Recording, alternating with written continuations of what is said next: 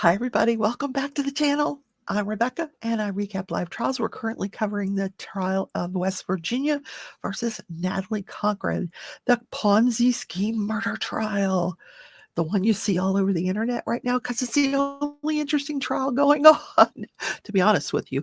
In any case, Natalie is accused by the prosecution of trying to cover up her Ponzi scheme by murdering her husband, Michael Cochran, back in February of 2019. And today, we're going to hear what the defense witnesses have to say. The state has already rested their case. The judge denied the motion for judgment of acquittal.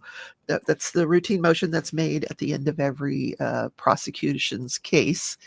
Denied, although he had to admit all the evidence is very circumstantial. So today we're going to talk about what happened on Thursday. There was no court on Friday, so you are going to be all caught up after today's episode. You have not missed a thing.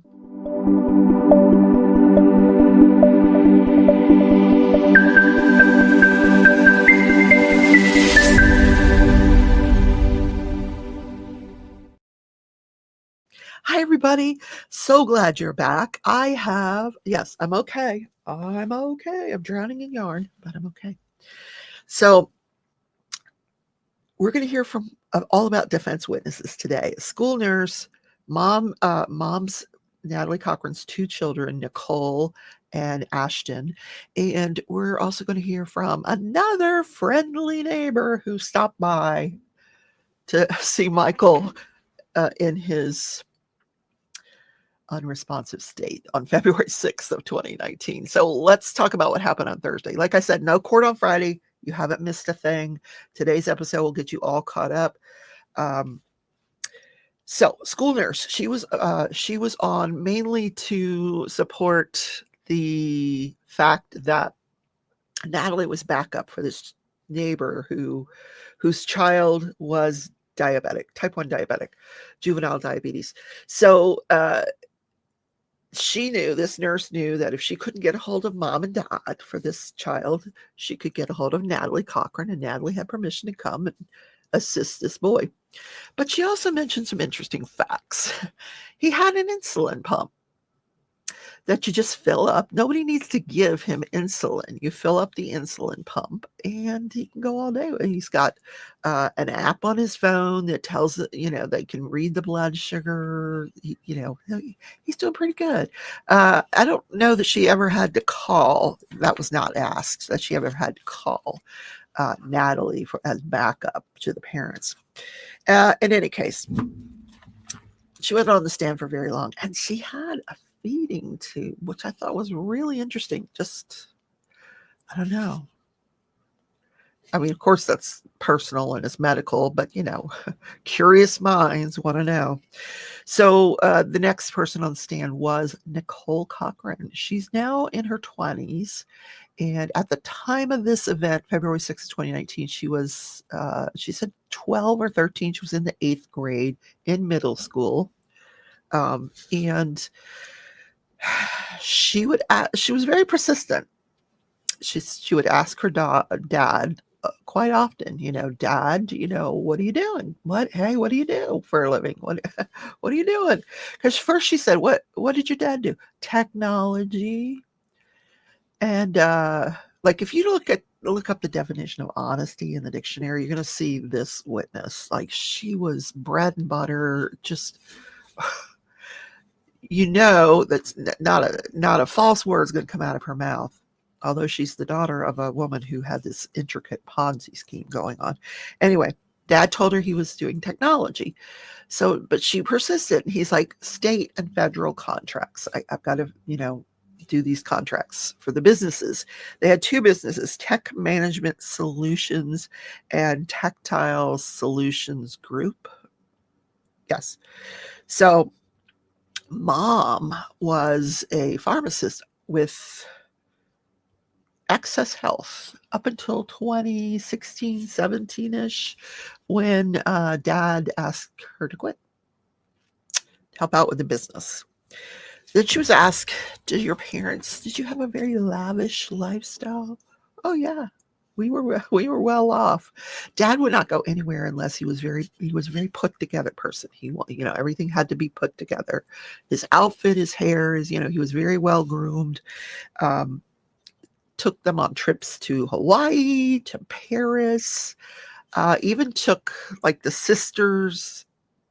Natalie's sister's daughter with them to Paris, where Dad liked to go to stores like Louis Vuitton.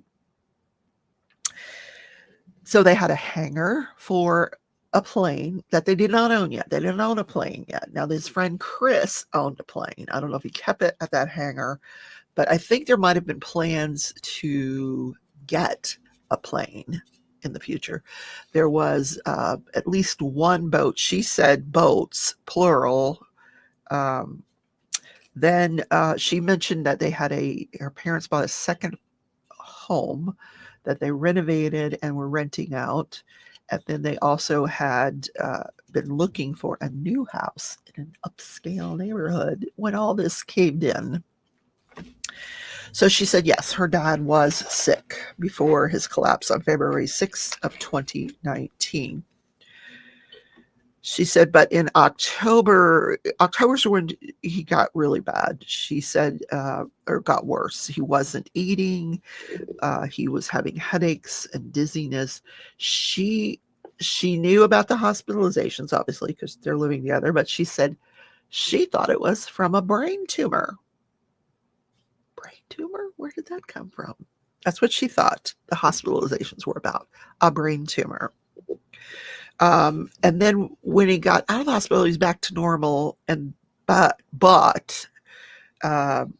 by February, he was being forgetful, angry, acting crazy, sleeping in, just not his normal self.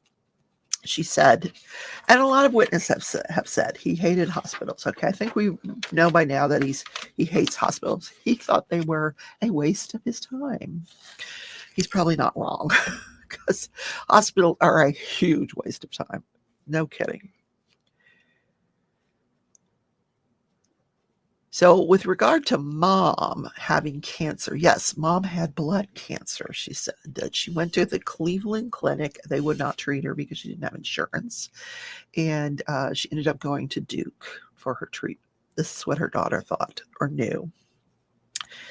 I don't think she had cancer. Nobody can say whether this woman had cancer or not. She did a lot of really shady stuff. In addition to as part of her Ponzi scheme, she built people out of thousands and thousands of dollars, including her in-laws, her friends, her family members. She was in the process of working out a negotiation for firearm sales to the local police department. Yep. What was going to happen when those firearms didn't turn up? Goodness gracious. She showed up at this after Michael's death. She went to some high school graduations and gave out fake scholarships. Can you imagine those kids? They're thinking, oh, yeah, we get to go to college now. We get to go to the one we want to go to. Let's go enroll mom and dad. And then find out the whole thing is just a fake. So that day, February 6th of 2019, Nicole had gone to school and took the bus home. School gets out about 2:45. She took the bus home. She got home about 4:00, and she confirmed that dad was unresponsive on the couch, and she helped take care of him for the rest of the afternoon. She said people were in and out. So this is the last thing she had to say, because Natalie kind of had this. She seemed very, very proud of her daughter, but with this last statement, Natalie kind of broke down. Watch this.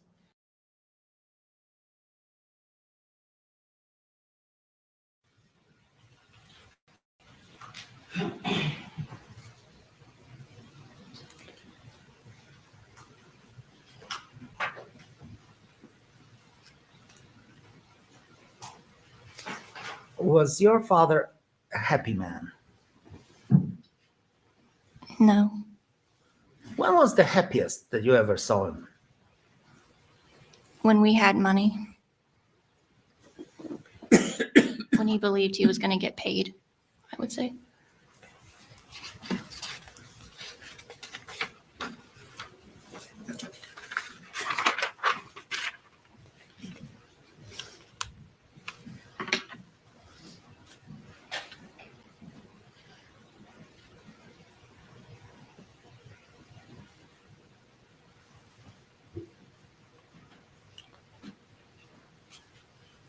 What was Natalie's reaction after Michael passed away? She was very distraught. Would it be a fair statement that Natalie loved Michael with all her heart? Yes. Right? That's all the questions I have of this witness. Cross-examination. So sad. Yeah. But she was a beautiful girl. She really was. You'll have to agree. All right. Next person on the stand was Penny Carrico. She is Natalie's younger sister or older sister. I don't remember. Her sister. I think when you get to a certain age, it doesn't really matter anymore. In any case, she said she had been to their homes many times when Michael would just take handfuls. He would set these pills all over the counter on plates and then just take handfuls of them and wash them down with sink water. And she said he had his own cabinet. She goes, I don't know if that was designated as his cabinet, but it was full of his stuff, his protein powders and all of his GNC supplements. And she did not see him injecting insulin or steroids. So that morning, February 6th of 2019, she gets a call from her sister, a text, and it's got a photograph of Michael lying on the floor attached to it. Can you come over, help me get him up? So she goes over there. By the time she gets there, he's off the couch he's off the floor onto the couch, because we know that the two contractors were called. They came over, put him on the couch. Never regained consciousness throughout the entire day. There's not one witness that saw him utter a word that entire day for hours and hours and hours. Unresponsive. Yeah. I should laugh, but what was that movie? Was it Weekend at Bernie's, where they kept propping up the dead guy? I'm sorry. It's not funny. But anyway, I digress. So she goes over there. She's a school principal. So she goes over there, helps out, knows that he doesn't want to go to the hospital. Yes, he hated hospitals. So she went to school, did her thing, came back after school, same condition. But she came back because her sister texted her again and said, we need help cleaning up Michael. He had an accident. So she goes over there. She starts to help her sister clean up while Nicole goes and gets him some clean clothes, and they change him and sit him back up on the couch. Yeah. Interesting. So she does admit that she thought Michael and Natalie's business was the sale of firearms. That was her understanding of the business. And she couldn't say exactly how much money she invested, but because she said she would give them a little bit and get some back, and give them a little bit and get some back. And she said when all was said and done, probably $50,000 they ended up losing. That was a significant amount. And she, of course, confirmed that he hated hospitals. Now, there was an incident in August of 2018 where Michael, this is just a few months before his collapse, but this is also the same time she writes these letters to three of her relatives saying, you need to deal with Michael from now on. I wasn't really forthcoming with him about the business. And so from now on, just deal with him. He takes her to Natalie's sister's school And Natalie says to her sister, listen, I wasn't really forthcoming with you about the business or with Michael about everything going on in the business. And from now on, you need to deal with him. What went down in August of 2018? Because after that, his health declines. He's severely agitated, confused, dizzy, headaches, all kinds of stuff popping up for the next several months. So, very, very interesting. So, the next person on the stand was Thomas Treadway. Now, this is an interesting witness because the state wanted to interview this witness and he would not allow that to go forward. He said, nope, I'm not meeting with you. Nope, not going to do it. And the reason he gave for that is at the time, this several years ago when the interview was being requested, the prosecutor at that time was a guy who's since no longer there because he was not on the up and up. He was, tampering with witnesses and doing things that were not so good. And this is well known in that community. So he was like, nope, I don't want anything to do with the state attorney's office. So he is a freelance graphic designer.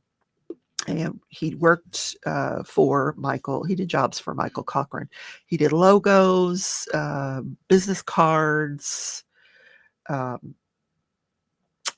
baseball uniforms, whatever Michael needed, he would do that for them. So the defense or the state brings out this piece of paper. They hold up this piece of paper and they're like, so we have here a false document from the Ponzi trial, and it's got Bank of America letterhead on it. Now, we know they didn't have an account for real with Bank of America. Michael thought they did, according to the defense. He's like, you didn't do letterhead for him, did you? And he goes, no, I never did any letterhead. I didn't do that. No. Interesting theory. No wonder they wanted to talk to him. Hey, know anything about this Bank of America letterhead? Interesting. Very interesting. What else did I leave out? He did say Michael was confused and visually agitated. He was also one of the many people that came by that day, that afternoon, and saw that Michael was unresponsive on the couch. So one additional thing I forgot to, because it's out of place in my notes. Nicole Cochran made the statement to the defense on cross-examination that the only time her dad was happy is when he thought there was money coming in, when he believed there was money coming in. How about that? Interesting, huh? Then we get Ashton. They referred to him as MAC because he's a minor. We did not get to see his face, but he's probably 16, 17. So at the time, he said back in 2018, his dad was being very forgetful. He said he was usually very organized, very well put together, but he was becoming more aggressive and not as active as he used to be. Now, he described that dad would participate in these tough mutter competitions. Now, that's a whole different thing than bodybuilding. And this was confirmed by the daughter. The daughter actually said Dad won 6th place in the county fair for pulling a Hummer. But these mutter competitions, they're races, but it's like an obstacle course. You have to, climb through tires and climb over walls and through mud, and it's insane. But that's what he was doing, and he wanted to keep himself physically fit for that. So that was his testimony regarding his father. They did a lot of things together. Like him and his father seemed very, very close. So, like I said, you have not missed anything. You are all caught up now. So today, I expect that there may be some experts to take the stand to talk about this whole insulin thing. Because to my mind, we haven't even proved that this man was murdered. Except that I have I take huge issue with her allowing him to sit for hours and hours on that couch, unresponsive. I think that should be some kind of charge right there. Is it murder? No, it's not murder. Is it a lesser included offense? I don't know. This jury's going to be so confused when they get back there about the medicine. I'm a registered nurse and I'm confused.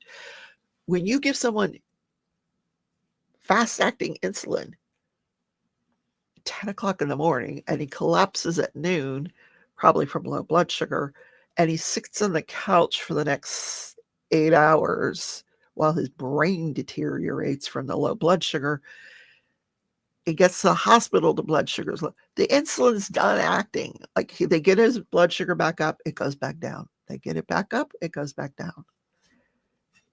That insulin that she gave him at 10 o'clock in the morning on February 6th is not still working 9 hours later.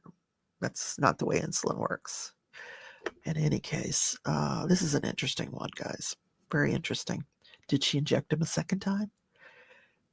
Amongst all the people that she invited to the house that day?